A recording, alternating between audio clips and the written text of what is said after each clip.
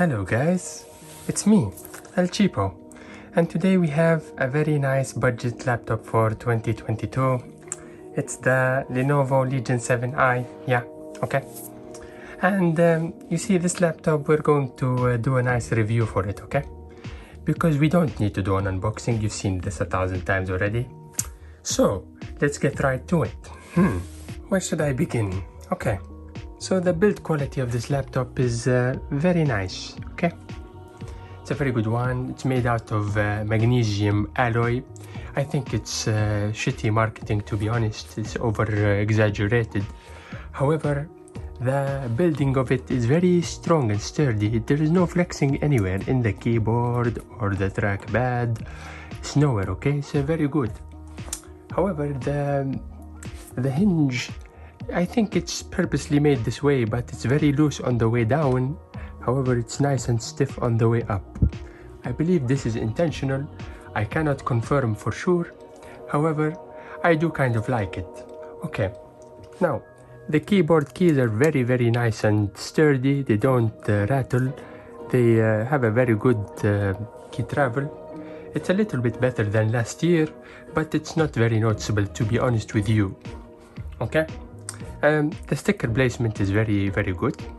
It's nice and symmetrical, if you will. It's nice and straight. I don't really like this one. I might take it off. What else can I say about this? The building quality of the laptop in general is very good, okay? For a budget laptop, of course. I have something to say about the paint, or should I say the finish, okay? It's not very consistent. If you look across this bar here, now the laptop is perfectly clean. There are no fingerprints on it. As you can see, I'm wearing my nice gloves for you today. There is some inconsistency in the paint work, and I'm not very happy with it, to be honest with you. I paid nearly £3,000 for this laptop. This is not acceptable, Lenovo. Coming round to the back, of course, I believe this is made out of plastic. But it's very sturdy, to be honest. I could be wrong, it might be metal.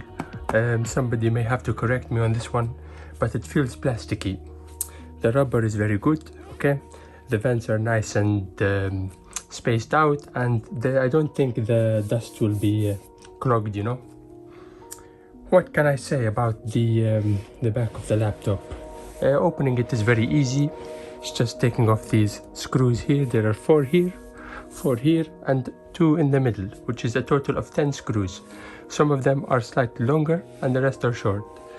After that, you have to pry it open, maybe get a plug, or you can pull it out if you're smart. You know, you can do it without breaking the clips from the back. However, you know, if you don't really know how to do these things, I wouldn't recommend you to do it, because you know, don't be stupid. Don't try it, okay? Okay guys, moving on to the actual laptop and the internals. Now the problem is with the laptop, there are 2 issues I'm having with this laptop. The first issue is, of course, the fingerprint sensor. It is not working. Every time I go to the control panel in order to try to configure this, it is not working for me. Now maybe somebody can help me with this, but I think there is an issue with mine. Every time I try to set up the thing, it doesn't work. It just tells me something is wrong and the fingerprint reader is disconnected. Of course, I don't know what it could be. I tried updating the drivers, uninstalling and reinstalling them, and I even tried a fresh install of Windows. Holy crap, you know? I tried, but I couldn't succeed. Now, moving on. The other issue I'm having is the Thunderbolt ports from the side. From the side of the laptop here, I will show you now. These 2 Thunderbolt ports are also DisplayPort outputs. However, the laptop does not seem to work with these. I tried updating the Nvidia drivers, however it would not work. I uninstalled the drivers, I performed a new clean install of an older driver, etc, etc. It doesn't work. The only DisplayPort output that works is the USB-C connection on the back. So, I don't know if this is a faulty unit, or if it's you know, a driver issue and Lenovo has to fix. We don't know. I updated the BIOS, still no luck, okay? So, with these 2 issues to the side, what do I think of the performance of this laptop? It is phenomenal, to be honest with you. In a laptop this kind of small chassis and this really strong and sturdy build quality, I'm extremely impressed. I don't think there is something out there on the market like this at the moment. However, do I think it's worth the price? Now, I personally paid £2,600 for my configuration, which is the i9-12900HX CPU and the Nvidia GeForce RTX 3080 Ti 16GB graphics card. Now, I understand this is the top spec with the 1TB SSD and the 32GB of DDR5 RAM. I paid £2,600 here in the UK, which I think is probably the best price anyone is going to get for this laptop. It actually sold out immediately. I bought it within 2 minutes of receiving the email notification. So, even at £2,600, to be honest with you, I believe it's extremely expensive. You can build the similar computer with similar specs, for half the price, to be honest. This provides 3070 Ti performance, 3070 Ti desktop performance, that is, and roughly 12700K CPU performance in terms of the desktop counterpart. Those two components on the market right now will run you around £700 to £800. The rest of the computer can easily be assembled for £500. So, do I think it's worth £2,600? Absolutely not. Now, the frugal amongst you will tell me, hey, El Cheapo, this laptop has a screen, it has a keyboard, a trackpad, it's got a 100 watt-hour battery. How can you say it's not worth £2,600? Well, to you, I say, get lost, my friend. I'm telling you, this is what I think. It's too expensive. I would perhaps pay between £2,000 to £2,200 for this laptop at best. Then I can feel good about having a portable workstation machine in this beautiful chassis. I will say also, if I just show you real quick, come on, wake up, you stupid thing. It's not working, man. Okay, I have to put in the password. I'll come right back. That's much better. As you can see, the RGB is very nice and very bright, and I have already configured it to my liking. I kind of like a nice amber glow on the keyboard. I don't like to be raped, I don't like my eyes to be raped with RGB. I like the nice and subtle look, I go for the lavender, underglow. I don't know what I've done for the back, to be honest. Oh, it's off. Okay, maybe I can turn it on. No, I didn't configure it. Okay, but you can also configure the Legion logo at the back, and you can turn it to whatever color you like. So, the RGB is fantastic. The keyboard is great. It makes you really want to type on it, I will do a quick sound test for you soon and let you hear it, and the trackpad, of course. What else? The display is very bright, nice 500 nits of brightness, and I believe it does get that bright. To be honest, I looked at Jared's tech video, the first impression video, and he said about the refresh change. The screen shouldn't go black, but it goes black, everybody. Look, my friends, it goes black. So I'm not very happy with this. I thought they re-engineered it or whatever. Lenovo, you are very sneaky. So let's take a look at the port selection on the Legion 7i.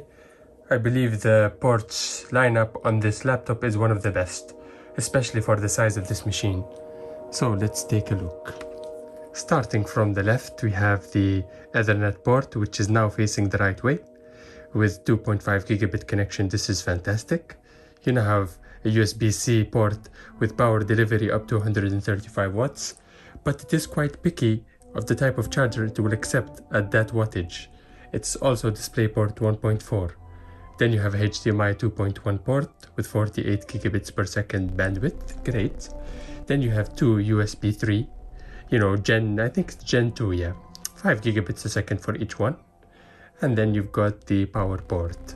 Nice. Which is, of course, reversible. On the right side of the laptop, you have the two Thunderbolt 4 ports. Both each have a bandwidth of 40 gigabits per second max. Now, like I said, I have a problem with my machine. When I try to connect the DisplayPort USB-C cable to these ports, it doesn't display anything for me. I believe this is either a fault with the Thunderbolt controller on this particular model, or it's a bug and it needs an update. And now moving over to the other side, you have another USB-C port and a e-shutter switch for the webcam, and also a headphone combo jack. So overall, I think this is one of the best port lineup on any machine.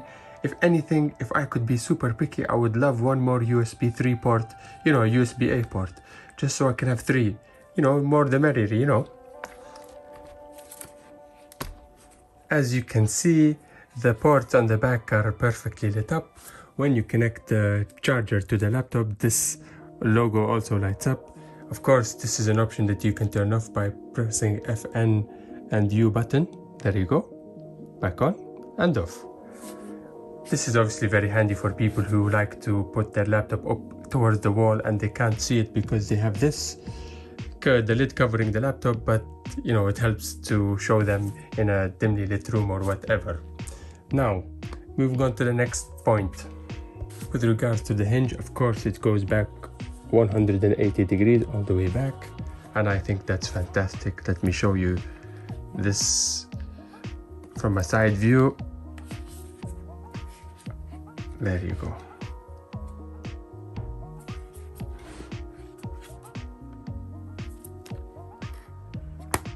With regards to upgradability on this laptop, you have 2 M.2 slots in order to upgrade the SSD if you so wish. You also have a slot for the network Wi-Fi card, which you can upgrade. This particular model has the 1TB PCIe 4 SSD and the killer AX1675i network card. Now, what I have now taken the liberty to upgrade the machine already with a FireCuda 530 4TB SSD.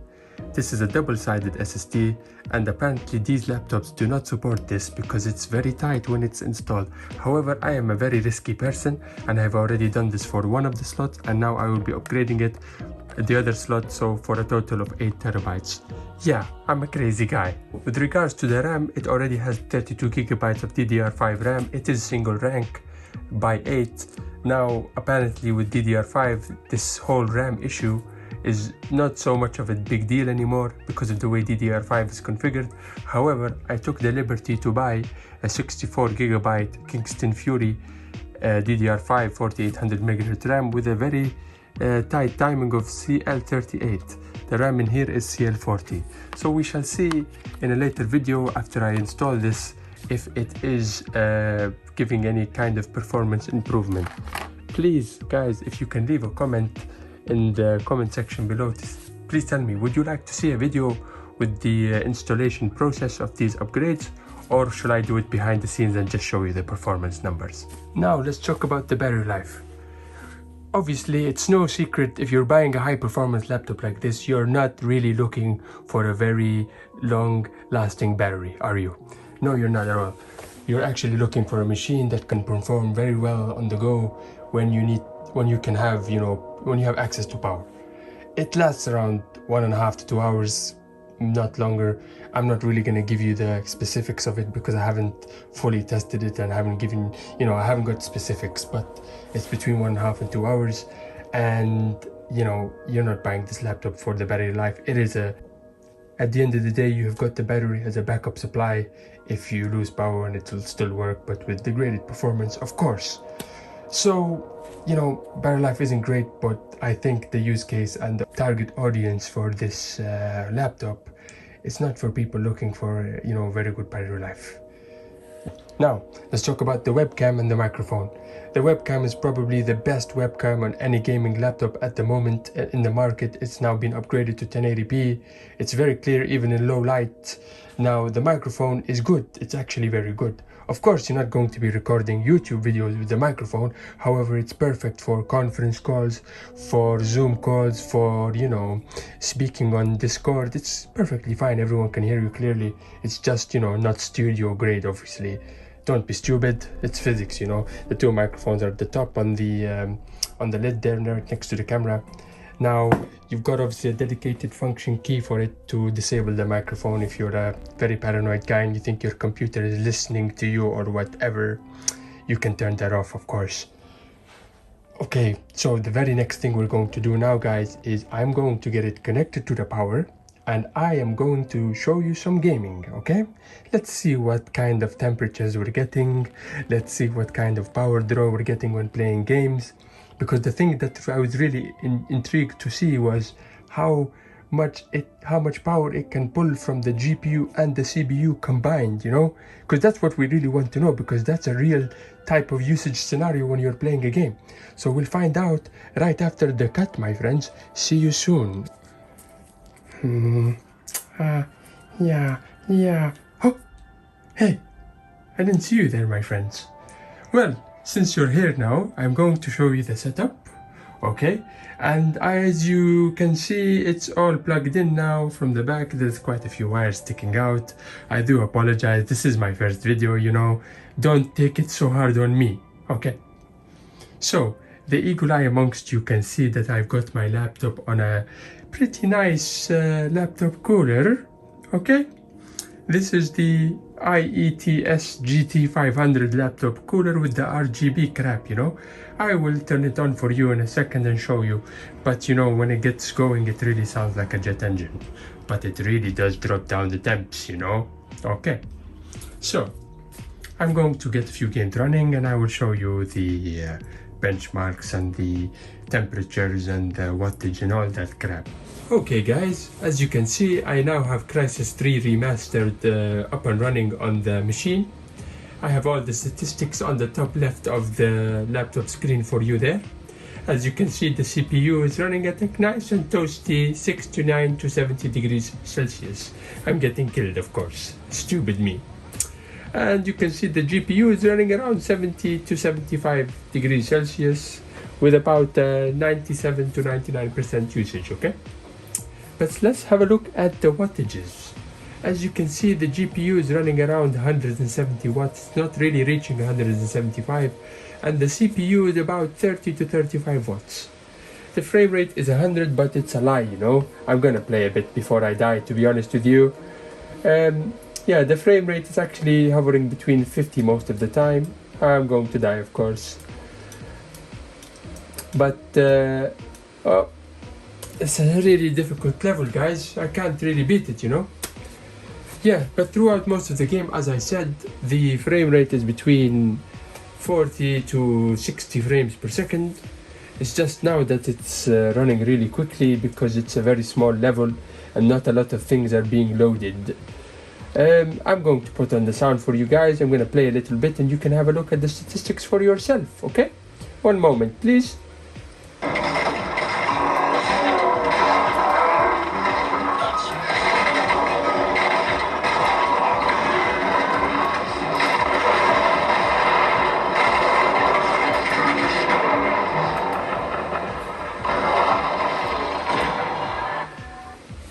As you can see, I'm very terrible at this.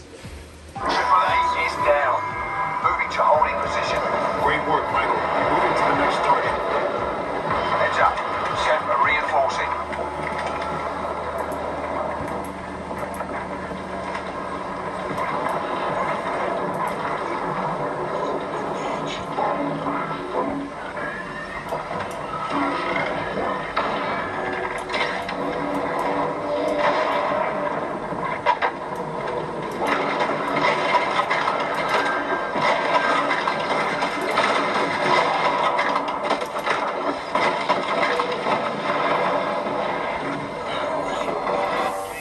What am I doing?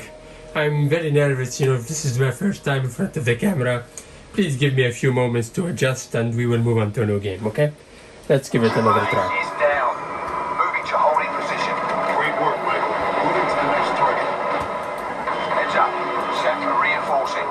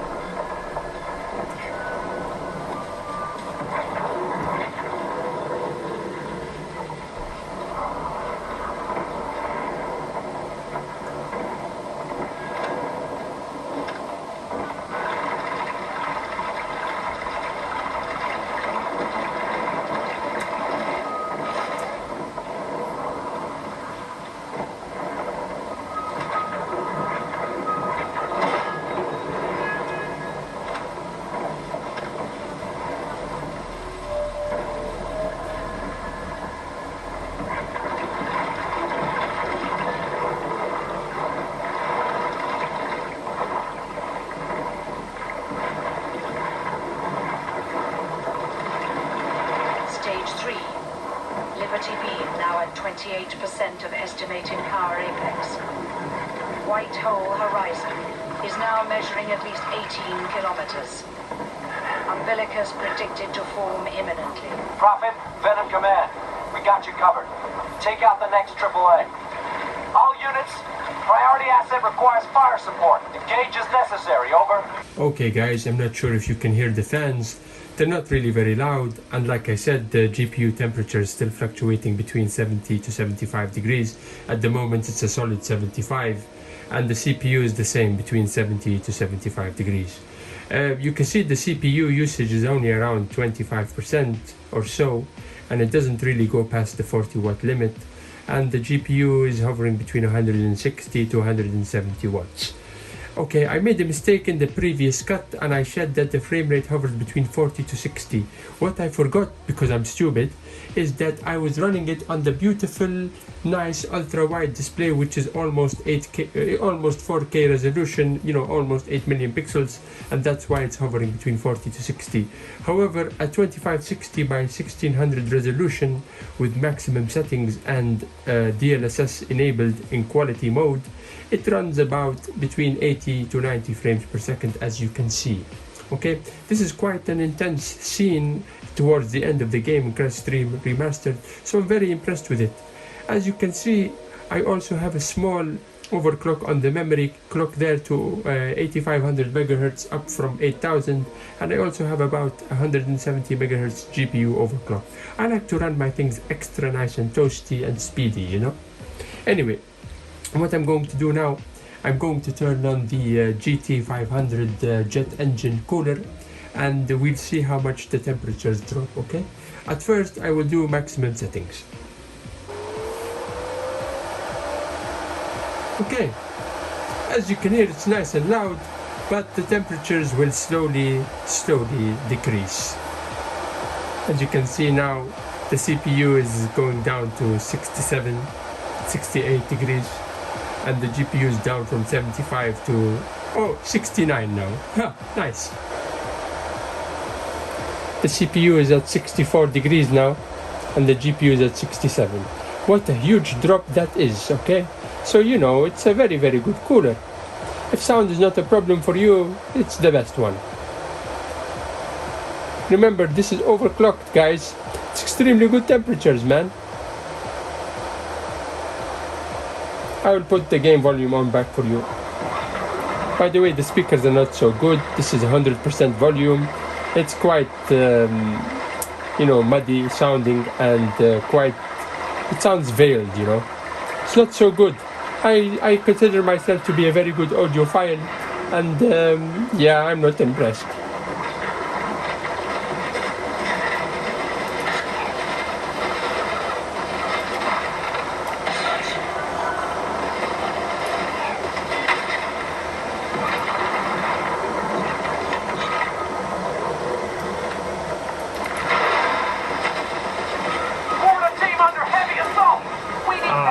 I died.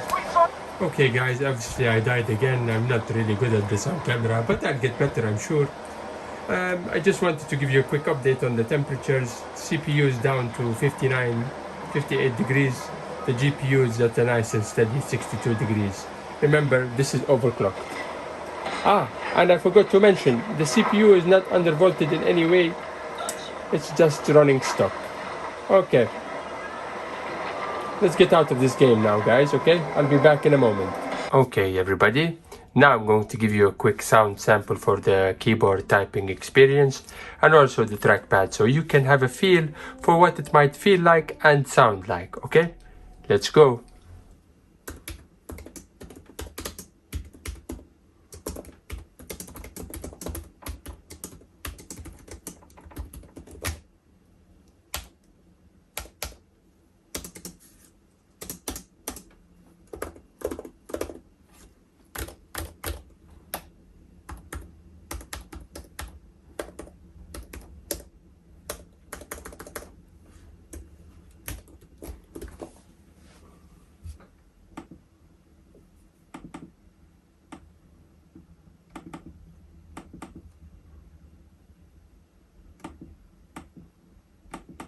We're back again now with another game. This is Red Dead Redemption 2, running on max settings at 2560 by 1600 resolution.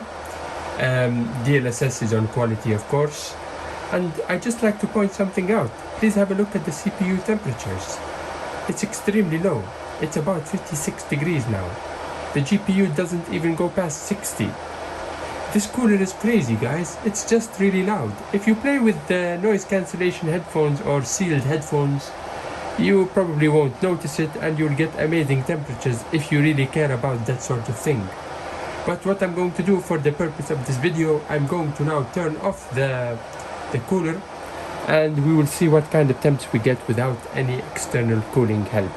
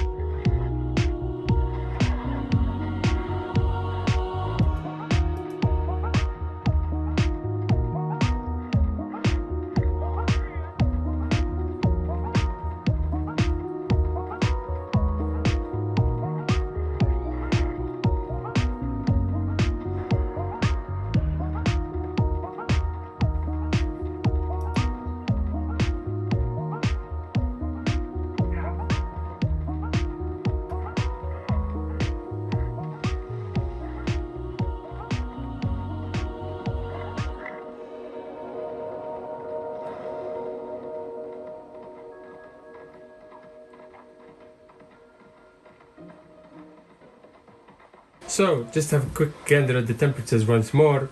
The CPU is at between 70 to 72 degrees, while the GPU is hovering around 74, 75.